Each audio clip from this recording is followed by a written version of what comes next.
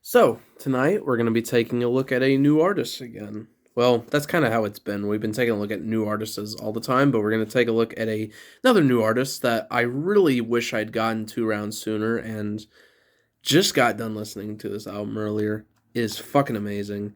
Coheed and Cambria. Now, Coheed and Cambria is a progressive rock group that today has consisted of singer Claudio Sanchez, guitarist Travis Stever, drummer Josh Eppard, and bass player Zach Cooper.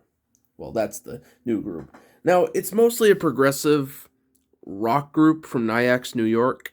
At least I think that's where they're from. I know they're from New York, but I can't remember the city.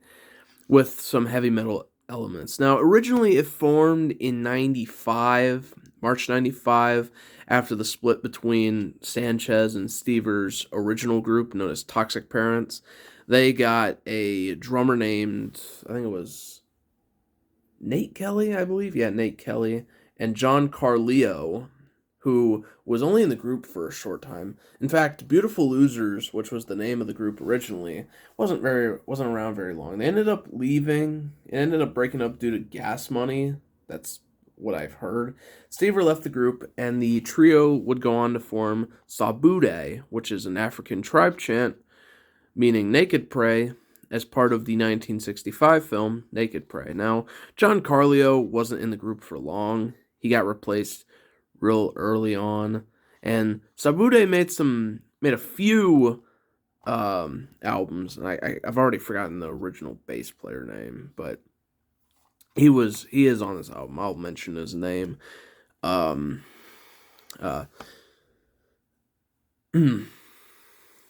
Nate Kelly was not around for long. He was only in the band for like 4 years, and then he left after a performance, so they got Josh Eppard, who actually is a rapper known as Weird Science.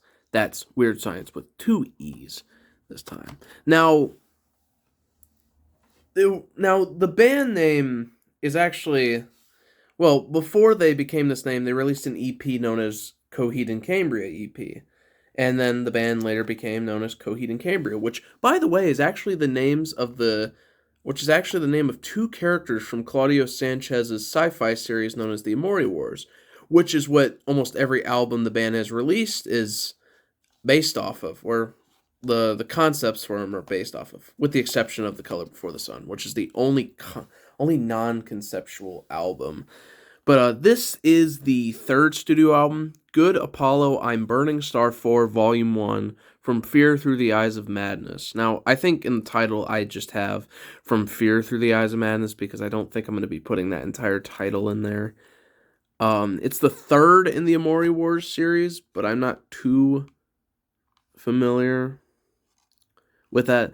It's also the last album to feature Josh Eppard on drums, as they got a new drummer around this time, who I've already forgotten the name of course, but I will mention that in another part, but that's going to take some time. Although that new drummer was not part of the follow-up to this album, which is known as Good Apollo and Burning Star 4, Volume 2, No World for Tomorrow. So instead, they got Foo Fighters drummer Taylor Hawkins for that album. Or for a few tracks, maybe. Without wasting any more time, I've wasted enough time, but I just had to get the history out. Here is the first album, not the first album, the 3rd studio album. They had a few other ones before this, like the Second Stage Turbine Blade and In Keeping Secret of Silent Earth 3, or Smiley Face, depending on how you view it. Now, this isn't the actual cover art, this is just the picture they use in the O card and on digital platforms. It's just the title with the 4. Also, there's the parental advisory sticker. It's not your average one, but it's definitely something. Here are all the tracks. The first track is obviously an interlude. Always and Ever is the first song on here. So there's only like 14 tracks if you don't count the interlude, but they're all pretty good. My personal favorite is Welcome Home. I love that track. I think there was one other one I liked on here. I think it was track 6. But I do know I also like The Suffering. It's a really fucking good album. I can tell you that. So, as I mentioned, it comes in an O card, and here is the actual cover. It's a guy staring down a guillotine that's got wings on it. It looks cool. And again, much like some other albums, it doesn't have the name, so they have it printed here. And you will note that they don't have the entire thing listed here. So they just put like the first half and then left out the other half. There is a title. Oh yeah, the title track is on here. The other four, there's actually just like 11 tracks, but the other four are part of the Willing Well. I might explain more of the Amori Wars, but I'm not too. Oh, I just bumped my camera. I might get more into the Amori Wars, but for now, this is like the only album I have by them, so I do hope to collect more in the future, especially those first two albums. Because it's kind of unique having concept albums based on the band's own singer's series. Here's the CD. It's the same as the cover art. The cover art, the backtrack card's pretty much similar, except the guy's facing away, and you got the name there. I kind of like it when I love it when albums have the name printed on the side.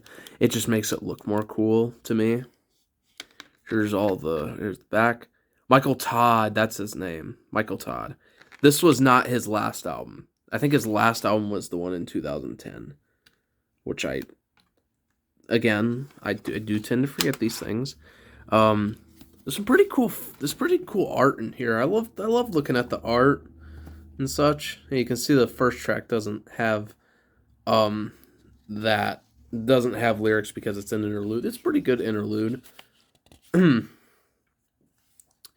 Lyrics for 10 speed and crossing the frame. There's some nice fan art. I don't think I've seen the entire booklet, but now looking at it, it looks really fucking cool. there's the lyrics to the Apollo 1 and Apollo 2. Apollo 1 and Apollo 2 have the same line, so come on bitch, why aren't you laughing now? Which is pretty funny. Once upon your dead body. Okay. Wake up in the suffering. Oh wait, let me show you the entire thing there. See, this I love it when like booklets have cool little art inside to go with the lyrics. It was like that with Offspring's Conspiracy of One. Like the lyrics were part of the artwork. And the artwork like actually matched the title of the songs, like Living in Chaos. Is also cool. Now part of the Willing Well tracks.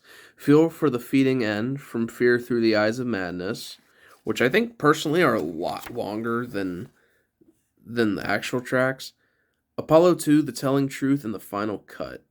Which there's actually a bonus track on here. Well, it's actually like a hidden track that's only a minute 20-something seconds long. It's basically like a tribute to Led Zeppelin from which was mistakenly a cover of one of the songs from Physical Graffiti. Which, hold on, let me look it up real quick. Okay, so it's called Bronyer, and it's mistakenly a cover of Led Zeppelin's Bronyer R Strong. Or Bronyer R Stomp, actually, from Physical Graffiti. So, there's that. And then there's the back of that. Alright, so that's going to be the end of this. I gotta say, I really love this album. Like, it is just that fucking delightful. And I definitely see myself getting more into the discography. I really wish I knew this band sooner. Especially Welcome Home. That's a really good track. One that I do recommend listening to anybody who's never listened to Coheed and Cambria. I'll be on the lookout for more of these guys' albums, especially No World for Tomorrow. And maybe someday I'll follow along the Amori Wars, which is that sci-fi series by Claudio Sanchez himself. Hope you guys enjoyed. That's all I gotta say. Have a good night, my Ohioans.